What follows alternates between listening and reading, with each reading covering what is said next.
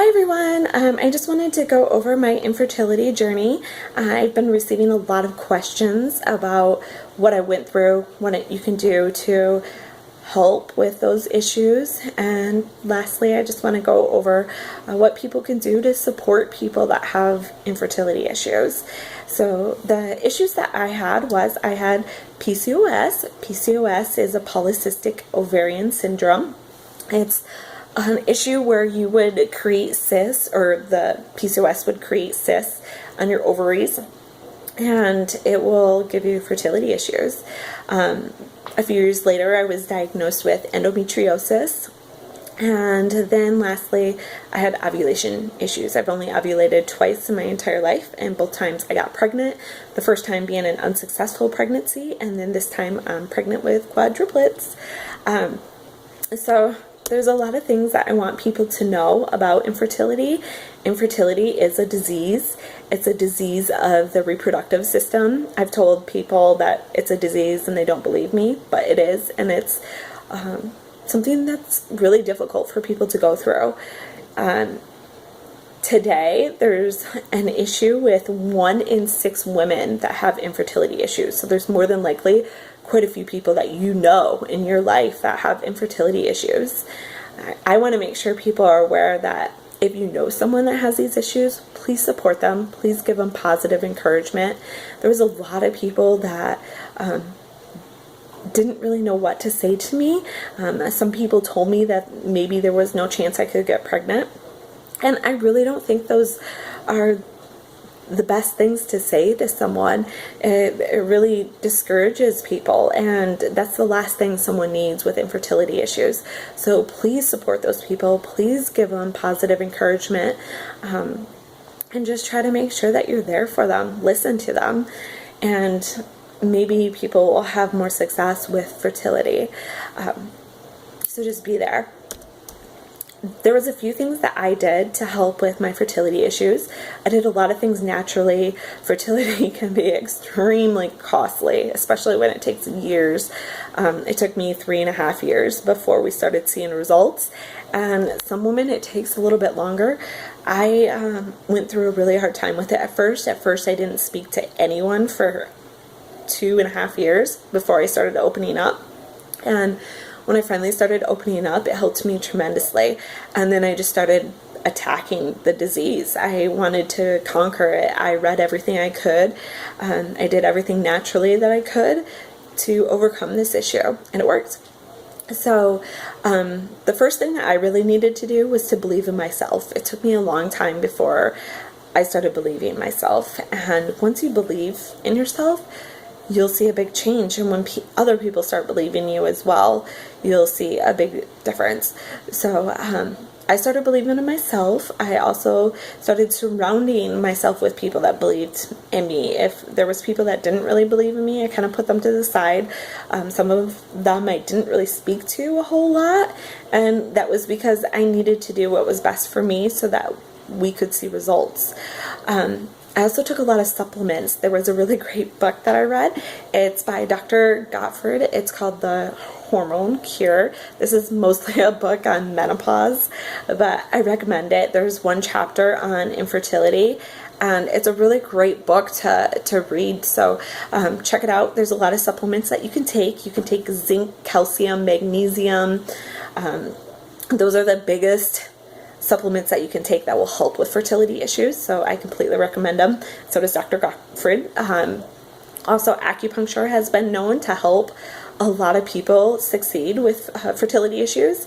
I never did acupuncture before, except this last round that we were going through our cycle, and it definitely helped me get pregnant. I did it for 3 months straight. It's the best decision of my life. It felt incredible to actually get something to relax my body, and it helped. He did all of the right things to make sure my fertility system was working properly. I also took infertility tea. This is a tea that has chasteberry in it. Chasteberry has been known to help people with fertility issues. I would drink 2 cups of tea every day of this specific brand. It was called fertility tea, and it helps. It's awesome. I also started having protein shakes. If you're a vegan, you probably don't get a whole lot of protein, and protein is something that contributes to infertility issues. So make sure you're getting a lot of protein if you're trying to get pregnant. I do about 3 protein shakes a day. I love them, and they have helped me quite a bit. So those are the few things that I've done naturally. I also went through quite a bit with doctors. It was 11 years that I was on birth control. Birth control is something that can create infertility issues. So try to make sure you're going to great doctors if you're on birth control. I stopped taking birth control when I got married, and we ran into issues immediately. It was all issues with me. I basically just stopped having a period, and I went to the doctors right away. They gave me a blood test that showed PCS, and then we followed up with an ultrasound that also confirmed that it was PCOS that I had. I saw several doctors after this. A lot of doctors really didn't know what to do with me. People with infertility issues are usually overweight, and that's one of the first things that they recommend to infertility patients is to start losing weight. And when I walked into the door, there were a lot of doctors that didn't know how to help me, and that's because I didn't meet the profile of someone that usually has PCOS. So I was turned down by quite a few doctors, which was crazy. It took me 9 doctors before I got a doctor that could really help me. So the first few doctors, they didn't know what to do. Probably by the 3rd or 4th doctor I saw, they started having me take Clomid, which are these pills. It's a very cheap alternative to try. I took Clomid for quite a few months, no results. They put me on Femara, no results. I saw quite a few doctors after this. None of them could really do anything. It was the 9th doctor that I saw that we finally started seeing results, and he did a couple weeks of injections of Bravil, and that didn't really give me results, so he paired it with Follitism, and we started seeing huge results with those 2 medications paired together. Most doctors don't know to pair medicines together, and it worked for me, so it was wonderful. I also had to take an ovulation injection, which was an HCG trigger shot. That helps you ovulate, which is the only thing that can get me to ovulate. And it worked. I got pregnant immediately. I knew I was pregnant immediately, but unfortunately this was an ectopic pregnancy. An ectopic pregnancy is basically where the pregnancy gets stuck in your tube, and there's no survival rates for that baby. The pregnancy has to be terminated. So they injected me with chemotherapy drugs, and this made me severely sick. I found out at week 6 that it was an ectopic pregnancy, and that's when they injected me with those drugs. I had to be referred to a surgeon. That surgeon watched over me for about 4 more weeks. We found out on the 10th week that my tube ruptured. I remember going to the ER a few days before that ruptured. I knew something was happening. I could feel something wrong, and the ER said that they really couldn't do anything. They gave me a few drugs to help with the pain, and they sent me home. It was a day and a half later, or maybe 2 days, that my tube actually ruptured and exploded. We called my doctor after that happened. I was in the worst excruciating pain in my life, and that doctor just really didn't think anything was wrong. He thought I was just sick from the chemotherapy drugs. He also thought I might have been constipated, which was crazy.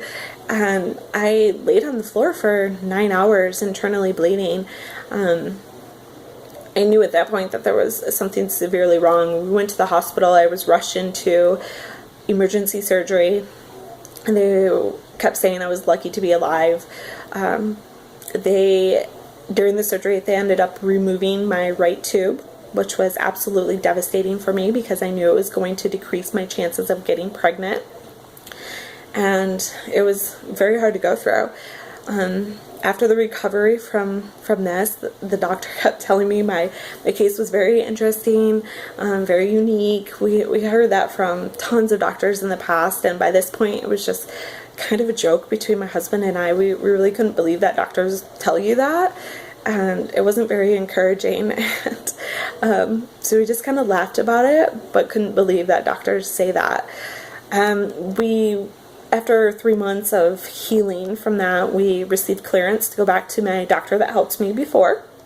And this time we did a little differently. We tried doing the follicism injections first, and we followed that up with Brevel.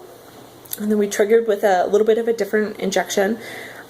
This was another drug that was used for cancer, but it didn't make me sick at all. It helped with ovulation. And we saw results immediately. I knew I was pregnant immediately again. And the crazy thing is that the doctor said that usually multiples happen from having your eggs drop from both sides of your ovaries. So both ovaries will actually drop an egg. And that's usually how multiples happen. Not always, but usually. And so they really couldn't believe that I was pregnant with quadruplets. It was just amazing to them to see that, and also to have 4. It's very rare. I know the probability of having triplets is, I think, 1 in 800,000. So having quads is extremely rare. We're just lucky that we went through so much and we ended up with results that were giving us 4 babies. We're extremely blessed, and I'm just excited that it's happening. The doctors are excited. And I just want people to know that there are so many alternatives that you can try. You will definitely find your happiness in your own way. You can go through adoption. You can try IVF. IVF is definitely expensive, but if it's the only thing you can do, go for it. Find your happiness. There's a lot of doctors that jump to IVF, and I don't necessarily believe in that. I think people need to try as much as they can naturally, and then also just try to see what medications will work. Everyone's different. The right medications are going to be different for everyone, but if you get that doctor with really high success rates, you're going to see results. And there's just so many other things that you can try with surrogacy and adoption and everything. So don't give up. Don't lose hope. It can always happen. You never know. And to all of those people that are out there, just know that I know what you went through, and I just hope the people that have never known about infertility, I hope you spread awareness, and I hope you can be supportive and encouraging to those people that might be going through these issues. So I hope this answers some questions, and feel free to email me or message me if you have any further questions. Bye!